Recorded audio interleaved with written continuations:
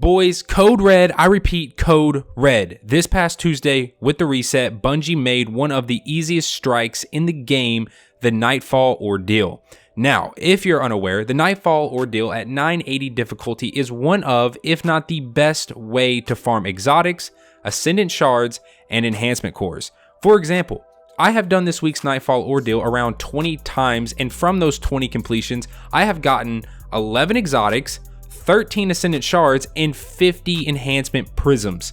Yeah, and the best part is my fire team and I were clearing this Nightfall in around 10 to 11 minutes. And that's with a few mess ups and deaths here and there.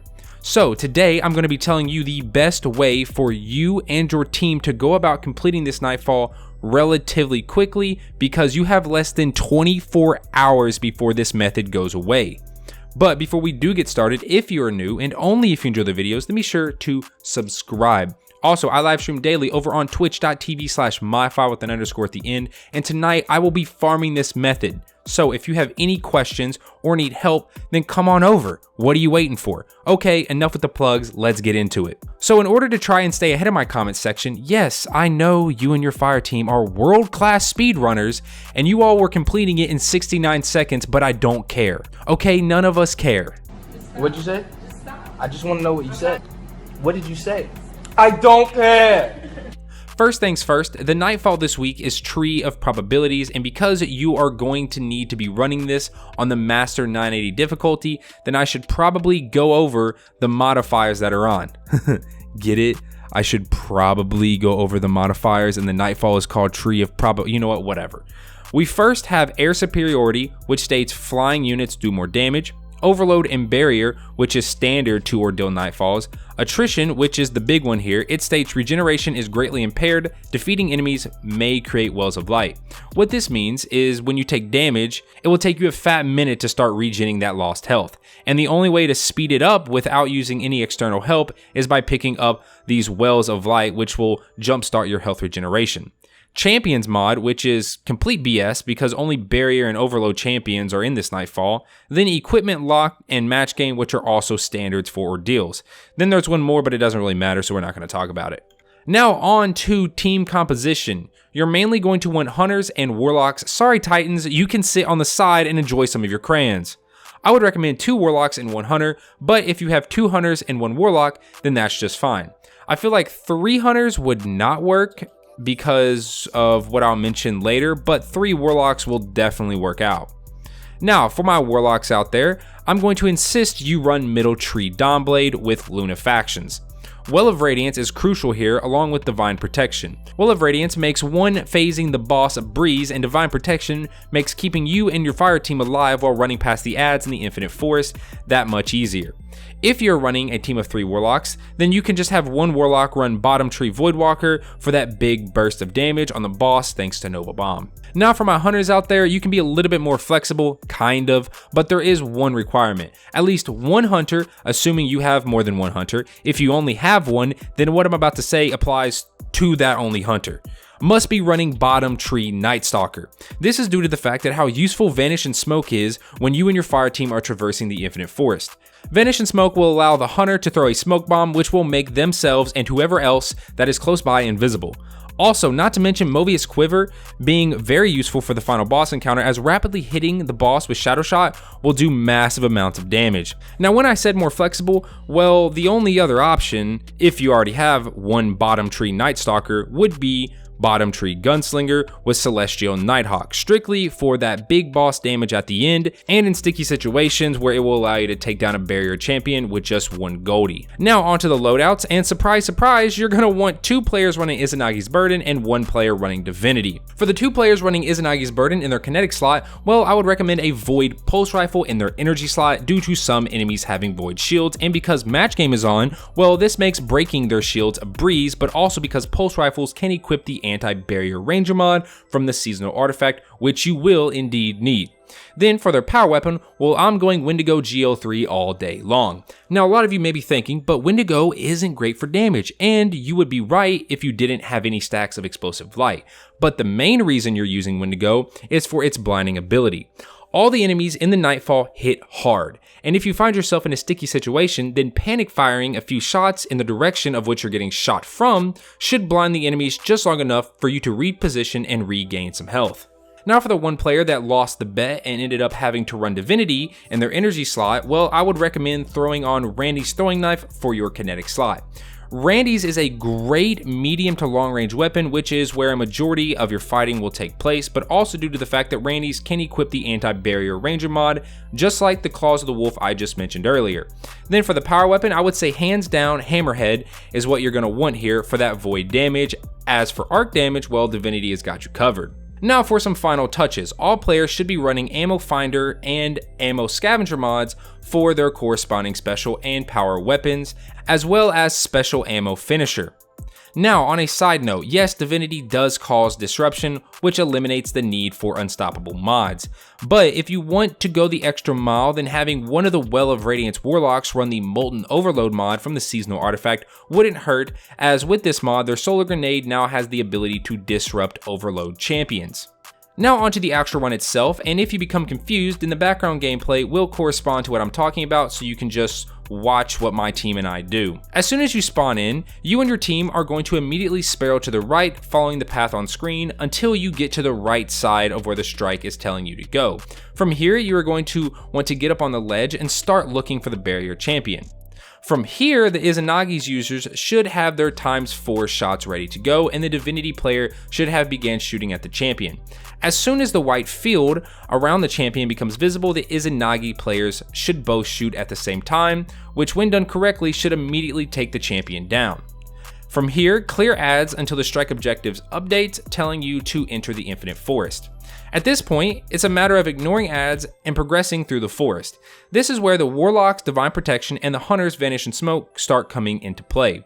Whenever you and your team are close together, there should always be one of, if not both of these thrown down. For my team, we were all Warlocks, so we would just heal ourselves, eliminating the need to group up. I will pick back up once we reach our next objective.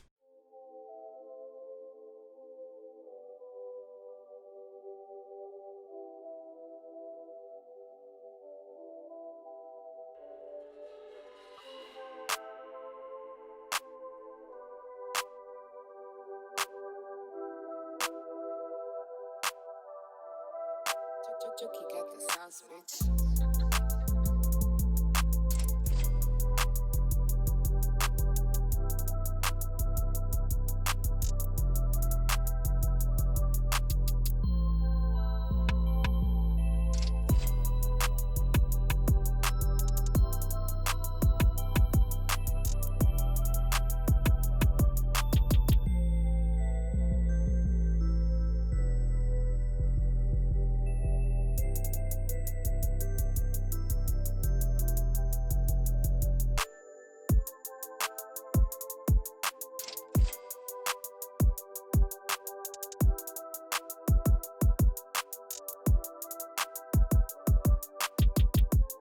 Once you have reached the point that the mission objectives updates telling you to disable the barriers, well, sadly, you are forced to start killing Cabal. You can't just run past them. Once enough Cabal are killed, you may proceed forward.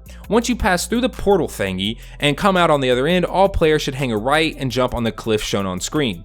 At this point, you will be taking a lot of fire because you are ignoring the ads and going directly after the champions. There will be 2 barrier champions that spawn here. A Warlock should immediately put down a well, and the Divinity player should start firing at one of the champions.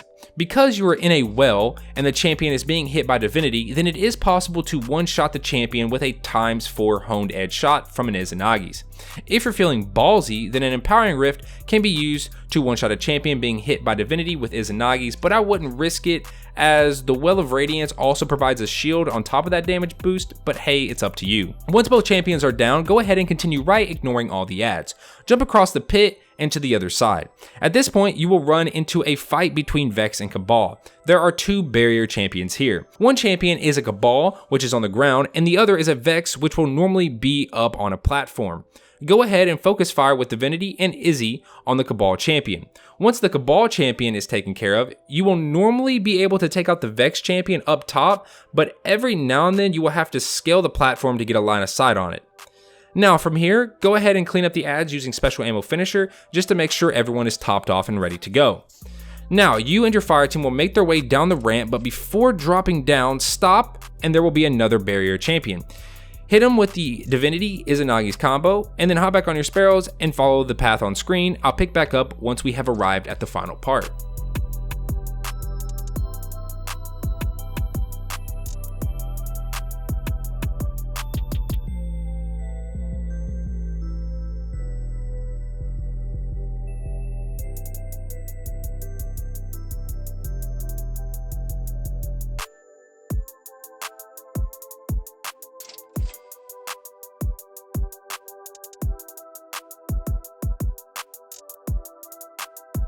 Once the objective updates and your ghost starts talking to you, you will reach a bridge. Jump off your Sparrow about midway toward the bridge and there will be another barrier champion. Once you've taken the champion down, well then you can continue forward with ease. This is the home stretch to the boss room. Here you will encounter Cabal with void shields and Harpies with arc shields, but also a wanted enemy. Once you've killed the wanted enemy and progress forward cleaning up all the ads, a Cabal dropship will come in. The ship will drop a few more ads, an annoying gladiator, and finally a barrier champion. Take out the gladiator and champion, then clean up the rest of the ads. From here, you will be at the entrance to the boss room, and there will be your final Cabal champion. Not the final champion, just the final Cabal champion. Once he's been dealt with, move up, but before jumping down, go ahead and take care of the Vex barrier champion across the room. Once everything is dead, then the boss will spawn. Have someone put down a Well of Radiance in the exact spot on screen. The two people with Izanagi's will stay in the well, and the person with Divinity will go off to the left behind the pillar. Once the boss is no longer immune, the person with Divinity should already have the white sphere around the boss activated, and if you have a golden gun or Nova Bomb, then you should be using it now. From here, continue putting Izanagi shots in him until he's dead. You have about a 10-second window to kill him in this room, so don't miss. Once he's dead, ads will begin spawning in, and 3 of those ads will be champions, 1 overload and 2 barrier. It helps to have a second Well of Radiance ready to go, as the first one should be going away by now. Your first priority is the overload champion, as he will mess you up. The Divinity user should immediately focus fire on him, and if a Warlock has Molten Overload on, then chuck a grenade at him as well. Once the overload is taken care of, then clean up the other 2 barrier champions and the ads, then proceed to the next room. As you enter the room, take a left and jump up on the platform. From here, some Cabal will fly in, and then 3 champions will spawn in. 1 barrier and 1 overload champion up top, and 1 barrier champion down low. Focus fire on the overload champion, then move on to the barrier champions. Once those 3 champions are dead, you will be good to move to the final room. Because you killed the boss in the first room, that means as you enter the final room, you will receive your loot and complete the strike. Congrats! If done at a timely pace, then this should have only taken you and your fire team around 10 to 15 minutes. Let me know in the comments section if you've been farming this, and what have you gotten so far? Have you gotten anything you wanted? What are you going for? All that good stuff. If you made it this far in the video, then go ahead and put the word golf ball in the comments section. I want to see how many of y'all actually made it this far. I hope you enjoyed the video. If you did, then be sure to drop a like, and I will catch you all in the next one. Peace.